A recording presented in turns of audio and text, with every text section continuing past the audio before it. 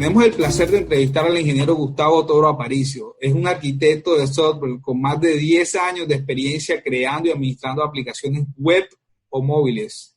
Está enfocado en crear productos centrados en el usuario que puedan ser utilizados por millones de personas. Además, ha sido docente en entidades de educación superior en las asignaturas relacionadas con desarrollo de software.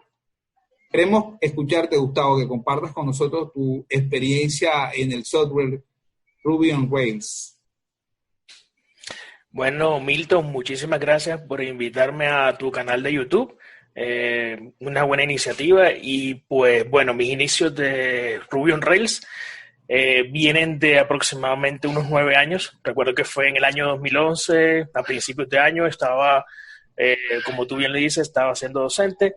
Y nada, surgió una oportunidad de entrar a una empresa a ser desarrollador. Me pareció que era un buen momento para hacerlo. Sin embargo, me sorprendí cuando me hablan de que el lenguaje en los que ellos utilizaban todos sus proyectos era Ruby on Rails. Bueno, el lenguaje no, realmente es un framework. Y yo pues venía de simplemente conocer lo típico que era Java, C, Visual Basic. Últimamente estaba haciendo desarrollo en PHP, usando JavaScript, bueno, entre otras tecnologías, pero nunca había escuchado de Ruby on Rails y me pareció pues al principio un poco extraño. Sin embargo, tuve la fortuna de que un buen mentor nos estuvo dando inducción por aproximadamente unas 3-4 semanas. En ese mes que estuvimos aprendiendo, me quedó muy claro y realmente me enamoré del lenguaje porque te facilita mucho el trabajo web. Realmente es como si estuvieras codificando y te saliera magia del código. Muy bien, muy bien. Explícanos un poco más qué es esto de la magia del Rails. Bueno, realmente la magia de Rails, y para ejemplificar un poco lo que estaba diciendo ahorita, Ruby on Rails es un framework, es decir, un entorno de trabajo, lo cual hace que tú ya tengas preconfiguradas ciertas estructuras en el proyecto y pues si tú sigues esas convenciones va a ser mucho más fácil para ti. Ruby como tal es el lenguaje y Ruby por sí solo no trae eso, es un lenguaje normal en el cual tú tienes todas las herramientas habilitadas pero no te da una estructura la cual tú puedas seguir y, digamos, facilitarte el trabajo. En cambio, Ruby on Rails, que es el framework, sí lo hace y lo hace de una manera súper espectacular. Ruby está creado o fue concebido para que fuera usado por humanos y no por máquinas. Entonces eso hace que el lenguaje te ayude mucho en que el código parezca como si estuvieras escribiendo en lenguaje natural. Tú le puedes hablar casi como si estuvieras escribiendo, no sé, una carta o algo así. Es súper sencillo el tema. Se podría decir, la verdad es que sí. Para personas que están iniciando en esto del software desarrollo, podrían fácilmente implementar con esta herramienta. Desde luego que sí. De hecho, eso fue una de las principales ventajas que vieron en cuanto a facilidad de introducción al tema. Es decir, cualquier persona que no supiera programar podría empezar a programar usando Ruby on Rails de una manera rápida y sencilla. Simplemente, pues, aprendiendo las nociones básicas de un lenguaje, de cualquier lenguaje, y implementarlas acá. Ok, muy bien. Muy bien, muy bien. Queremos saber algo, porque a pesar que de sus ventajas no es tan popular como PHP, Java o otros lenguajes. Bueno, para responder bien esa pregunta tengo que remontarme un poco más atrás, desde la creación del lenguaje y desde la creación del framework. Realmente el lenguaje se crea hace más de 25 años, en los 1995, algo así, y lo crea un japonés llamado Matsumoto. Él crea el lenguaje inspirándose en otros lenguajes que él pues había visto y había trabajado, pero como te dije anteriormente, quería que el lenguaje fuera muy legible a los humanos. ¿Y eso en qué se traduce? Se traduce en que, por ejemplo, hay cierto lenguaje que se manejan de bajo nivel, tipo Assembler o incluso C, donde el programador se tiene que adaptar a la máquina. Entonces tienes que darle instrucciones de manera de que la máquina las ejecute y si no se las das en la manera en que ella entienda, no te va a hacer nada. En cambio, con Ruby, él lo que quería era que de cierta manera entendiera el lenguaje natural. Obviamente el lenguaje natural estoy hablando del lenguaje inglés, porque pues así se han creado los compiladores desde el inicio de la computación. Entonces, cualquier programa que tú escribieras debería ser fácilmente legible y traducible del lenguaje inglés usando las keywords correspondientes del lenguaje Ruby a un lenguaje que la máquina entendiera, interpretara y pues te ejecutara lo que tú querías. Luego, digamos que por el simple hecho de haber nacido en Japón, pues en Occidente no tuvo ese mismo, digamos, el acogimiento como lo ha tenido otros lenguajes como Java, que nació pues en una empresa estadounidense, o el mismo PHP. Entonces fueron programas de rápida adopción. En cambio, Ruby no tuvo esa misma adopción y se quedó un poco en el mercado asiático hasta que precisamente por la salida de Ruby on Rails, que fue aproximadamente en el 2006, estamos hablando de hace 14 años, digamos que empezó toda una corriente para que desarrolladores empezaran a utilizar el lenguaje Ruby. Entonces, por eso no es popular. Pero además de ello, yo también pienso que pues hay otra serie de razones, como por ejemplo, al principio se dispuso, o digamos que se trabajó mucho en que Ruby corriera bien en lenguajes basados en Unix. Es decir, cualquier distribución de Unix, Linux, entre otras, incluso pues las versiones modernas de Mac. Pero Windows fue dejado a un lado, pues digamos fue una decisión que se tomó durante A nivel de mucho qué sería tiempo. esa decisión, estrategia, por tema de estrategia o por tema cuál podría ser el factor en que podrían haber determinado no colocar a Windows como protagonista, sabiendo que ya Windows tenía para esa época bastante acogida a nivel internacional.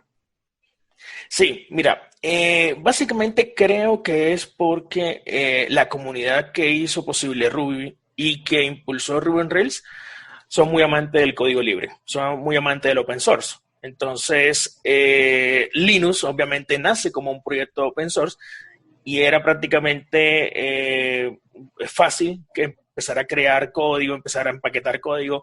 Posteriormente hablaré de lo que son gemas. Las gemas son librerías que se utilizan mucho en Ruby, pues para facilitarte y reusar código y no tener que reinventarte la rueda en todo momento. No es que no se pudiera hacer en Windows, pero evidentemente para hacerlo era más costoso en tiempo, tenías que tener desarrolladores dedicados. Algo tan sencillo como, por ejemplo, Windows ata mucho a las DLLs, digamos, a las librerías dinámicas que ellos tienen. Entonces no era tan fácil en el momento que desarrolladores que utilizaran Windows escogieran a Ruby, pues lo veían como un tema como más hipster, por decirlo de alguna manera, y se fueron quedando en sus lenguajes, es decir, en .NET, en Java, etcétera, etcétera, etcétera. Mientras que el resto de la comunidad, que sí estaba como muy de acuerdo con el open source, fue la que fue impulsando el crecimiento tanto del lenguaje como del framework. Ok, muy bien.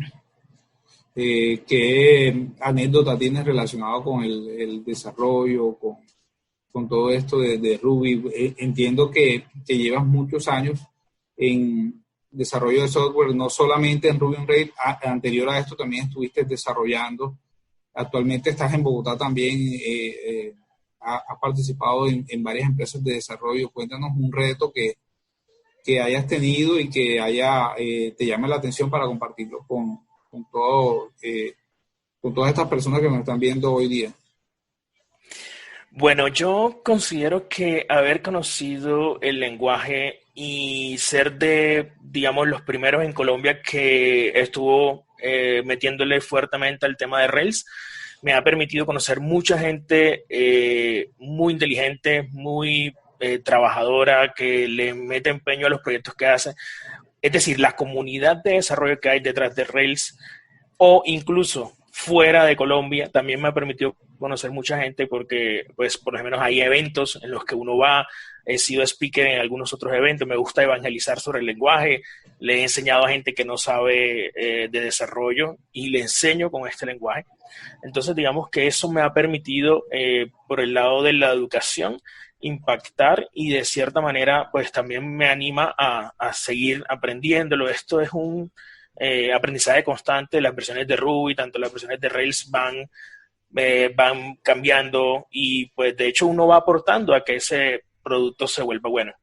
Por el lado de empresas también he conocido muchas empresas, he podido llevar, digamos, a ciertas empresas un pequeño, digamos, una pequeña luz para que cambien sus programas y sus proyectos a Rails, o bien sea que ya los tenían montados ahí y pues yo empecé como a contribuir a ese código que ellos ya tenían.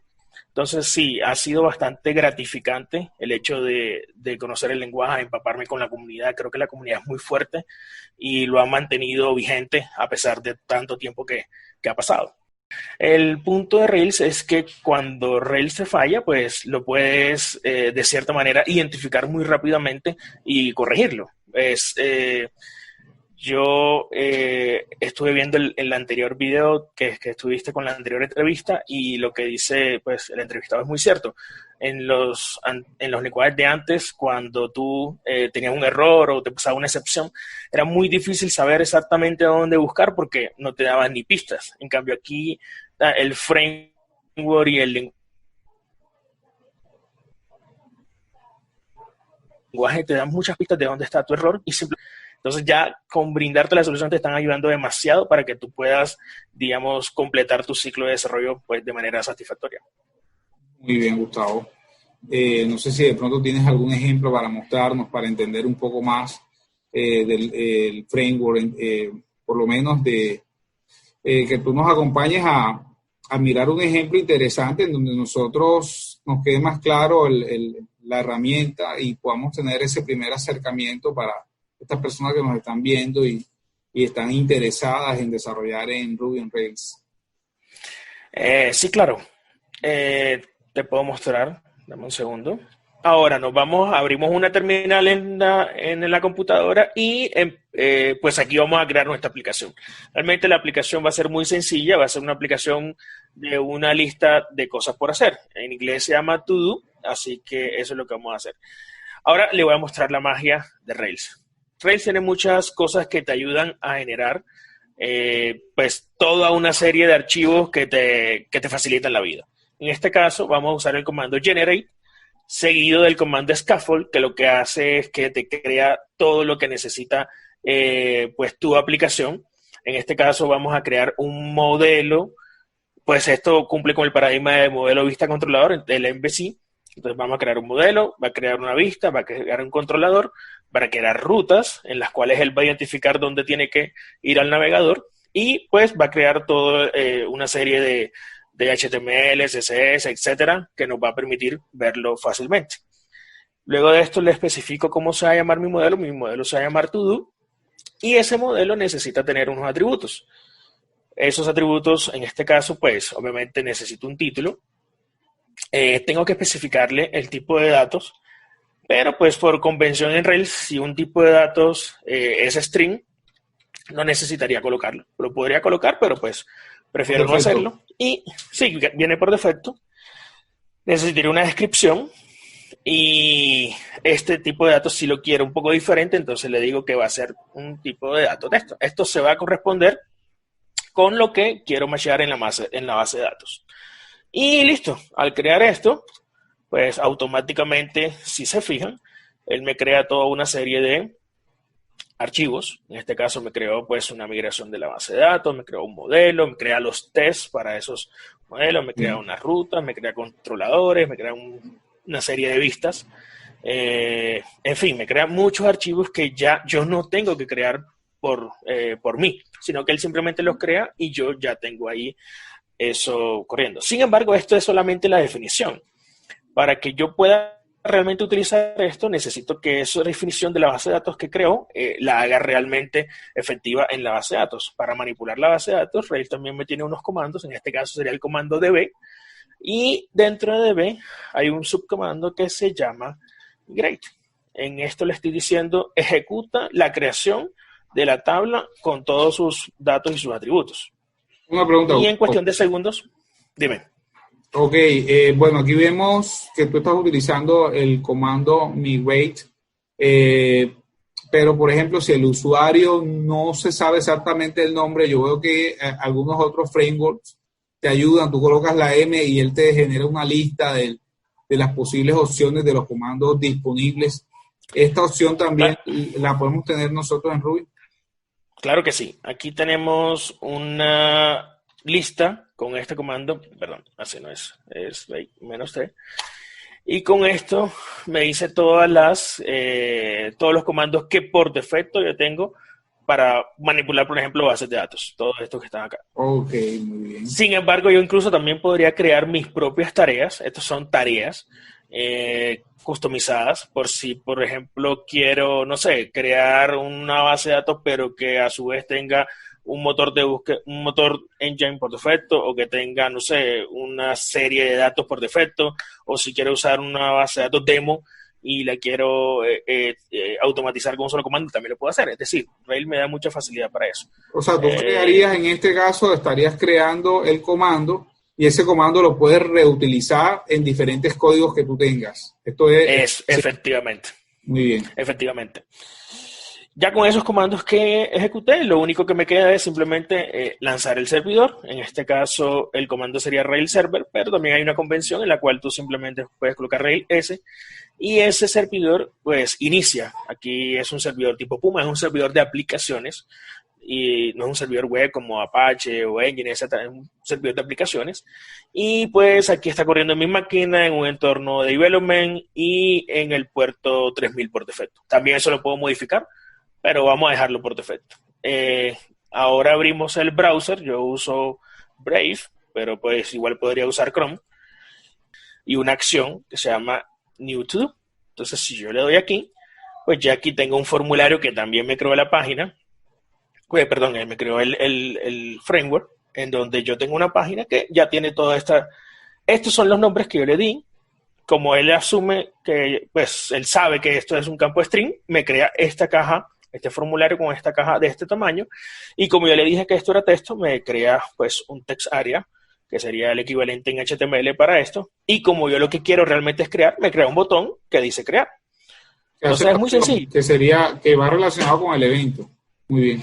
Exactamente. Entonces me hace una acción que va relacionada con el evento. Muy bien dicho.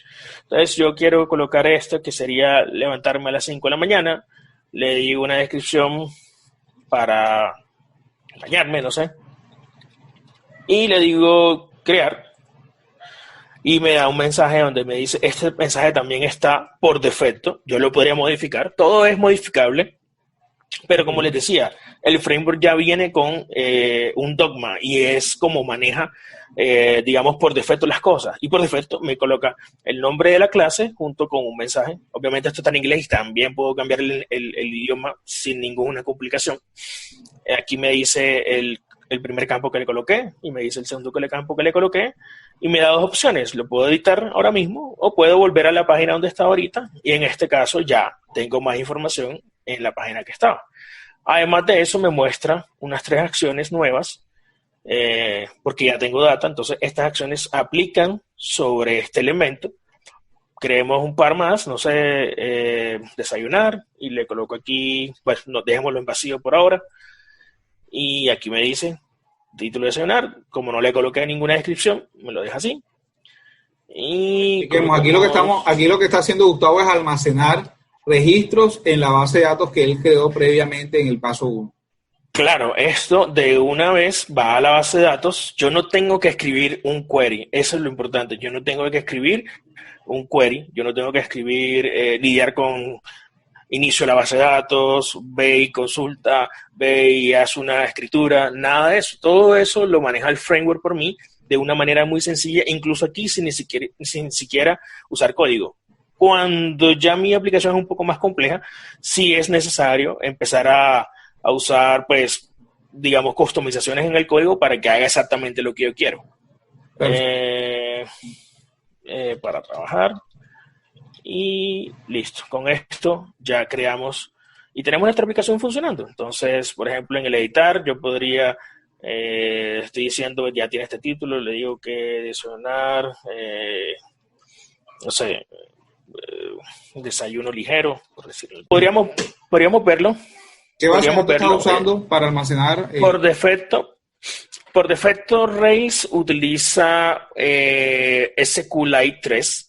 También tiene motores fácilmente customizables. Por ejemplo, le puedes colocar Postgres, le puedes colocar MySQL, le puedes colocar incluso NoSQL como Mongo, bueno, etcétera. Puedes trabajar con el que tú quieras, realmente no interesa cuál, tú le puedes colocar. Listo, y entonces ahora vamos a la base de datos y lo podemos visualizar los datos que hemos ingresado. Efectivamente, aquí me está mostrando pues que tengo un ID, que tengo un title, tengo una descripción.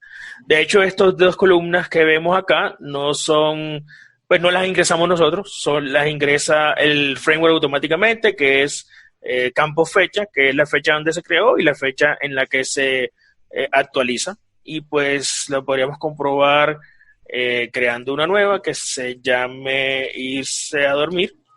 Y lo puedo crear fácilmente y acá en la base de datos lo puedo visualizar simplemente haciendo un refresh.